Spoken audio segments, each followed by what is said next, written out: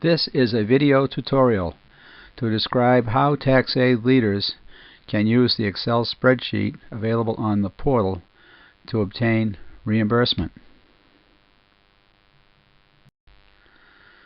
I have logged on to the portal and I need to find the expense reimbursement form for leaders, so I'm going to go to the Volunteer ShareNet and search by content because I'm not sure which tab it would be in, and I'll enter expense reimbursement, and I have quotes around it because I want those two words in exactly that order. If I did not use the quotes, I would get anything with expense or reimbursement in a document, and I can further limit my search by just looking at titles. So I'll do that, and here they are, and I've got the reimbursement form for leaders, non-leaders too, but we want the leader form, and I'll be back in just a minute when I've opened the form. I have logged on to the Excel spreadsheet that's available on the ShareNet, which we talked about a few minutes ago, and these are the directions which come up on the first tab. There's quite a bit of verbiage here, and it would probably take a couple of pages to print it all out, but I do think it's worth reading. It will be a good background on how the whole system works. But let me start with the statement sheet and say that the green tabs indicate a fillable form using a menu, and I'm going to select, I'm in the wrong spot already, I'm going to select the greatest possible reimbursement rate, but really we want volunteers to take what they need, and it may well be less than this. I'm going to select my position, which is as a district coordinator, and that's somewhere on this list somewhere. There it is, right here. My state is Maine, so I'll scan down for that. So come along, right there. Maine is a 1. And down here, if you're going to take flat rate, this can be changed using the menu to a yes. I'm not going to change it. And I'm going to use escape to put away the yellow information box. The next one says, are all the expenses going to be used from a state's donated funds? And the answer to this is no. Although I don't know that you have to answer it, I'm going to do that now. The yellow boxes are ones that you have to fill out. So I'll put in my ID number and my name, which is Tom DC for this exercise. My address is going to be 85 Annex, and my city will be Bangor, Maine, and the zip is 04444, and my telephone is 303-945-3707, which formats very nicely. And by the way, none of this is true except the main part, so I'm just trying to give you a model and not tell you a lot about myself.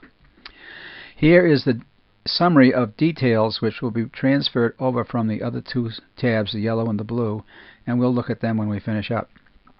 Finally, the yellow boxes here are the places for the volunteer, for you if you're a DC or an LC or another leader, to put in your name. Use the computer keyboard and the date, and then when you're finished and you send this to your supervisor, the supervisor will finish in those last two yellow boxes with the signature and ID number.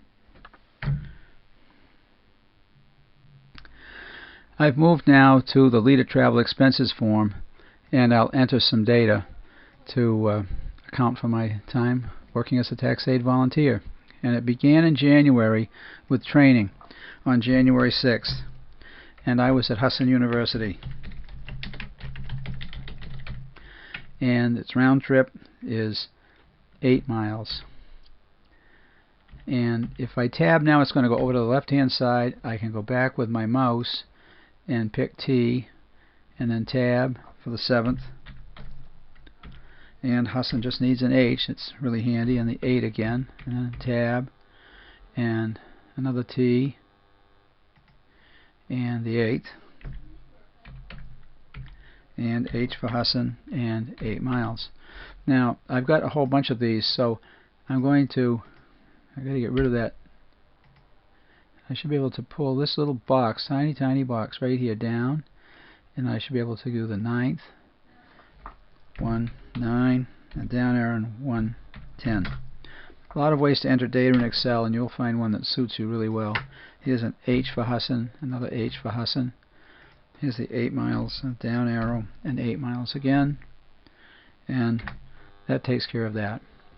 Then on January 25th, I went to, no, I can't do that, can I? I'll show you what happens if you put in bad data. It has an error trap, so I have to retry. What I need to do here is I need to say that I was coordinating, which is a B expense, and I did it on 125. And the trip was to Staples in Bangor to buy some paper. I'll make a little A. And that trip was 6 miles. Then I began counseling. So I want some I expense, which is right here. I began on February 1st, and I went to Bangor Public Library. That's 10 miles from home. And I paid a $4 parking fee. You just have to put in the integer. You don't have to put in the pennies. And this is something I did a whole bunch of times in the course of the season. I'm just going to pull this down to give myself a whole bunch of blank spaces.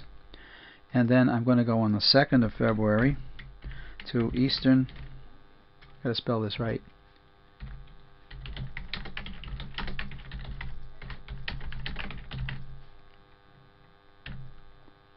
And that is also 10 miles from home. But there's no parking fee there. The next day was the 3rd. I went back to Bangor Public Library. It was still 10 miles. And I paid $4 that day. And the next day, the 4th, was the same thing, except that I must have gotten there late because I only had a $3.50 parking fee. So now I got to put in the decimal. And then on the 5th, I was back at Eastern Agency for 10 miles and no parking fee. So I would have used the fast system, except that I had these receipts that I wanted to turn in, and so I had to keep them and make a copy and send it in with the expense report. Now I've got a whole bunch of data I didn't need. I knew that would be the case, so I'm going to highlight it and then just hit the enter, and that's done. So I've got everything recorded that I want to do to show you how the system works, but there's one more twist you really need to know, and that is this little button right here. It's a filter, and it allows you to print only the items that are not blank. So you want to click this, because if you don't, you'll print 3 pages instead of just 1. So this is important to remember. At this point, I need to go on to the next tab, Leader All Other Businesses, and I'll show you how that works. I've moved now to the Leader All Other Expenses tab to account for the purchase of paper at Staples. And I've got to pick an activity code, which is S for e-file supplies. I bought them on January 25th, and it was at Staples in Bangor, and it was $25. So now we're ready to go back and look at the statement to see how all of this is aggregated. Well, here we are back with a summary, and we can see the $25 for the paper purchases here up in the top part of the report, and then the travel to get to Staples, the individual counseling expense, which includes the parking receipts, and the training expense. And this needs to be signed off by the volunteer right here with the date. Email it together with electronic version of the receipts for Staples and the parking tickets, and the supervisor can sign the bottom of the form using the keyboard with their ID and the date, and attach the file for the expense report together with the receipts and email them off to the National Office for approval. I think you'll find the process works well. Using the Excel expense sheet gives accurate math, it's easy to read, and frankly it saves some time not having to send the materials through the mail. So I wish you well, and thank you for being a tax aid volunteer.